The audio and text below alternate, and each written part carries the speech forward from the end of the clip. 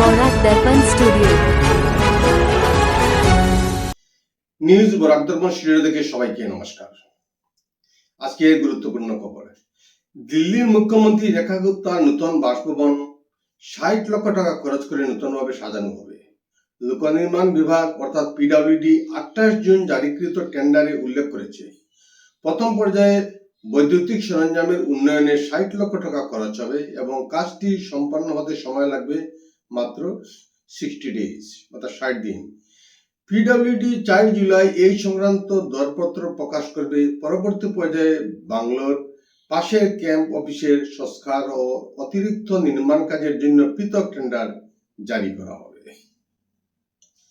আন্তর্জাতিক এক সংবাদ মাধ্যমে প্রকাশিত খবরে জানা গেছে, চীন যে সেনা ছাউনি তৈরি করছে তা আমেরিকার সেনার সদর দপ্তর পেন্টাগনের চেয়ে ১০ গুণ বড়। এই সেনা ছাউনিতে চীন সেনাবাহিনীর জন্য প্রয়োজনীয় সব সুবিধা তৈরি করছে। সেনা ছাউনির ভিতরে চীন অত্যাধুনিক বাংকার তৈরি করছে, যাতে পরমাণু ক্ষেপণাস্ত্রের কোনো ক্ষতি কেউ না করতে পারে। জানা গেছে ২০২৪ সালের মাঝামাঝি থেকে এই বিশেষ প্রকল্পের কাজ শুরু হয়। মাটির উপরে যে সকল নির্মাণ কাজ হয়েছে তার চেয়ে দ্বিগুণ নির্মাণ মাটির অভ্যন্তরে করা হয়েছে। পাশাপাশি ভিতরে প্রবেশের জন্য একাধিক সুড়ঙ্গ তৈরি করা হয়েছে। যদি এই প্রকল্পটি পরিকল্পনামাফিক সম্পন্ন হয় তবে এটি বিশ্বের সর্ববৃহৎ সেনা ছাউনি হিসাবে পরিগণিত হইবে। ধুবড়ীর বিভিন্ন ব্যবসায়িক প্রতিষ্ঠান ও কিছু দোকান জিএসটি ফাঁকি দিয়ে রমরমিয়ে ব্যবসা চালাচ্ছে বলে অভিযোগ উঠায়। গত রাত্রে ধুবড়ীর নিউঘাট এলাকায় অবস্থিত একটি ডাম্পে রাজ্য জিএসটি বিভাগের একটি দল গভীর রাতে অভিযান চালায়। কারণ ওই ডাম্পের মালিক আলীর বিরুদ্ধে জিএসটি ফাঁকির অভিযোগ ছিল। তাই অভিযানকারী দল ডাম্প থেকে বহু নথিপত্র জব্দ করেছে। জিএসটি বিভাগ এই অভিযানে ব্যবসায়ীর বিরুদ্ধে কি পদক্ষেপ নিচ্ছে তা এখনো খুলাসা করেনি। ভারত ও আমেরিকার মধ্যে ব্যবসা বাণিজ্য চুক্তির সবুজ সংকেত দিয়েছেন ডোনাল্ড ট্রাম্প। বিশ্বের বিভিন্ন রাষ্ট্রের সাথে এমনকি পার্শ্ববর্তী দেশ চীনের সাথেও কিছু কিছু ক্ষেত্রে বাণিজ্য চুক্তিতে আমেরিকা নরম মনোভাব আমরা দেখতে পেয়েছি। আমেরিকার প্রেসিডেন্ট ডোনাল্ড ট্রাম্প ভারতের প্রধানমন্ত্রী নরেন্দ্র মোদীজির ফর্মুলাকে কপি করছেন। ভারতের প্রধানমন্ত্রী নরেন্দ্র মোদীজির ইন্ডিয়া ফার্স্ট এবং মেক ইন ইন্ডিয়া নীতির জেরক্স কপি হিসাবে আমেরিকা তার দেশের স্বার্থে নতুন ট্যারিফ পলিসি, কোথাও কম্প্রোমাইজ আবার কোথাও ৫০০% ট্যারিফের ধমকি দিচ্ছে।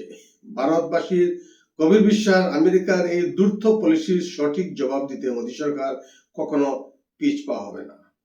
বিশেষজ্ঞদের মতে একটি মিনি চুক্তি হওয়ার সম্ভাবনা রয়েছে, যেখানে ভারত আমেরিকার কাছ থেকে কিছু তেল, প্রাকৃতিক গ্যাস ও কিছু নির্দিষ্ট কৃষি পণ্যের শুল্কের ব্যাপারে সমঝোতা হতে পারে।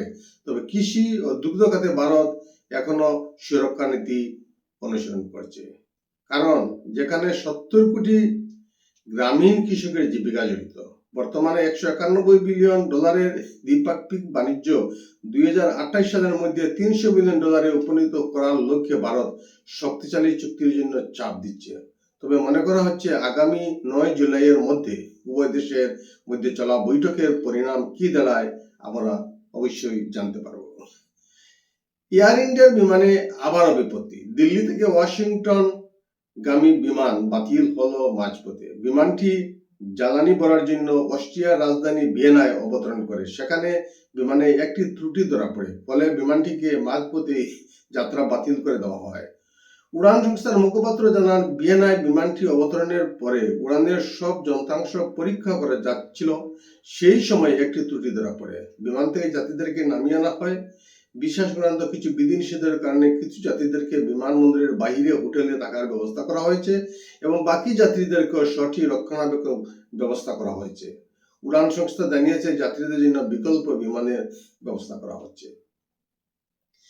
কৃত্রিম বুদ্ধিমত্তা উত্তর পূর্ব ভারতে এর সম্ভাবনা নিয়ে দিল্লিতে অনুষ্ঠিত একটি বিশেষ সেমিনার ২ জুলাই ২০২৫ society for harmonising aspiration for responsible engagement অর্থাৎ শেয়ার এর উদ্যোগে কৃত্রিম বুদ্ধিমত্তা ও উত্তর পূর্ব ভারতের সম্ভাবনা নিয়ে এক উচ্চ পর্যায়ে আলোচনায় অনুষ্ঠিত হয়। সেই অধিবেশনে সভাপতিত্ব করে ভারতের প্রাক্তন পররাষ্ট্র সচিব শেয়ার এর প্রধান অবসরপ্রাপ্ত আইএসএফ হর্ষবর্ধন শ্রিংলা। সেখানে ভারতের ভবিষ্যৎ প্রযুক্তি উন্নয়নের কৌশলগত কেন্দ্রে এই অঞ্চলের গুরুত্বপূর্ণ ভূমিকা নিয়ে আলোচনা করা হয়। এনভিডিয়া ইন্ডিয়ার এশিয়া সাউথের ম্যানেজিং ডাইরেক্টর বিশাল দুপার উল্লেখ করেছেন যে উত্তর পূর্ব ভারতে এআই ফ্যাক্টরি স্থাপনেরও যথেষ্ট সামর্থ্য রয়েছে। সেই সঙ্গে ইভিডিয়ন ইন্ডিয়ার সিইও অরবিন্দ বাজাজ কৃত্রিম বুদ্ধিমত্তা বিষয়ে কিভাবে আঞ্চলিক চ্যালেঞ্জগুলির মোকাবিলায় সাহায্য করতে পারে সে বিষয়ে বিস্তারিত প্রতিবেদনে আলোচনা করেছেন।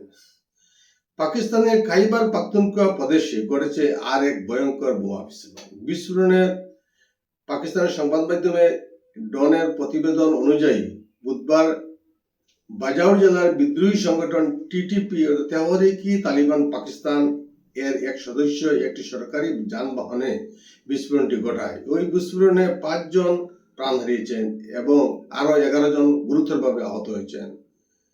জানা গেছে বাজাউরের সরকারি কমিশনার ফয়জল ইসলাম এবং তহসিলদার আব্দুল ওয়াকিল ও এই লিস্টে রয়েছেন, ওনারা মৃত হয়েছেন। আজকের প্রতিবেদনে এখানে বিরতি টানছি। সবাইকে নমস্কার জানিয়ে বিদায় নিচ্ছি। न्यूज़ बौरा दर्पण स्टूडियो।